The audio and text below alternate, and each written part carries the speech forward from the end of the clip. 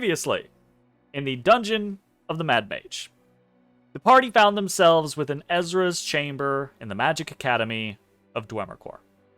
They had set in motion a plan to help the Horned Sisters, Violence and Turbulence, escape from the Academy.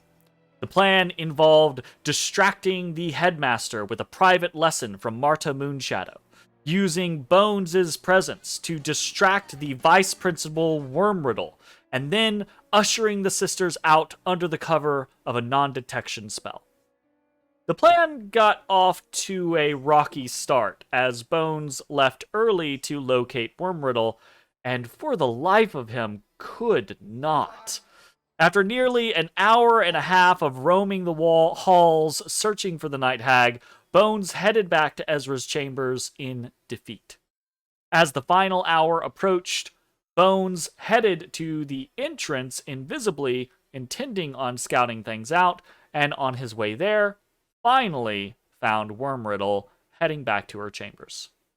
Rather than pursue, he allowed her to leave, hoping that she would be far enough away from the action to not matter. Meanwhile, the rest of the party set out with the twins, heading westward. They crossed paths with Skriana Shadowdusk, who was busy staring at a wall.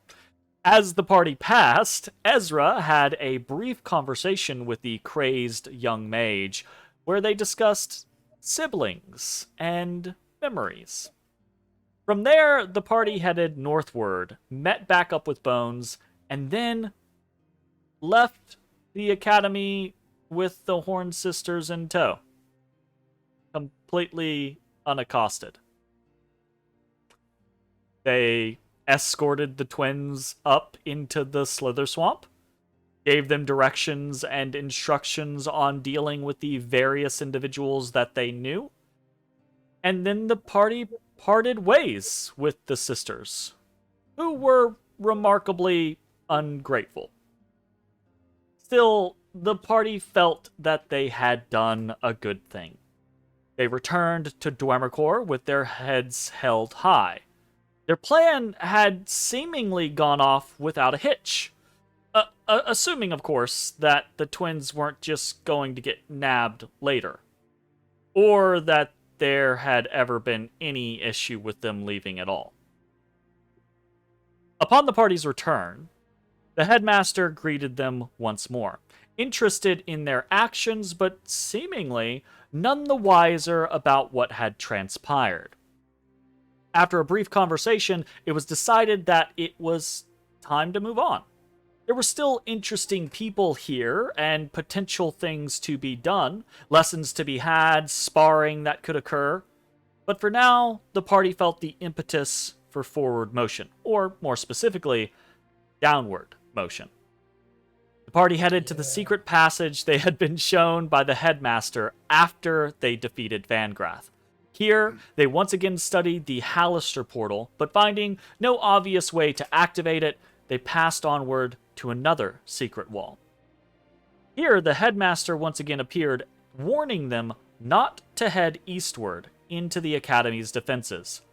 The headmaster also seemed somewhat incredulous at the party's decision to simply waltz down into the next floor, a place they knew to be inhabited by a drow house they were practically at war with, and by Muriel, a member of the Seven. The party simply shrugged. This is what they did. And so they began the long journey down seemingly interminable stairs. But though they felt endless, they were not. Eventually, as the stairs ended, the party made their first steps into Muriel's gauntlet, the Temple of Obsidia. The space that greeted them was somber, eerie. Halls lined with smashed mirrors, the floor littered with shards of glass, much of which was crushed by the passage of those that had come before them. There was a strange timelessness to the place. Upon their arrival, Wolf, in his panther form, was afflicted with some sort of ailment, began to cry out in pain. before Matashtai summoned him back into the bag. From there, the party began to cautiously move forward, but they immediately spotted a sort of false wall that required a bit of strength to get through, as Ezrah discovered, behind which was another glass-filled hall. Here they found a lone skeleton brandishing a wand. After a brief attempt to reason with the creature, they destroyed it, took the wand, and identified it as a wand of enemy detection. At this point, Matashtai decided to perform his kata with Tonbakiri, the lodestone. It pointed northwest, the direction the party was traveling. They made their way through another enchanted false wall, and then west, where they heard an announcement broadcast from the drow in the common tongue.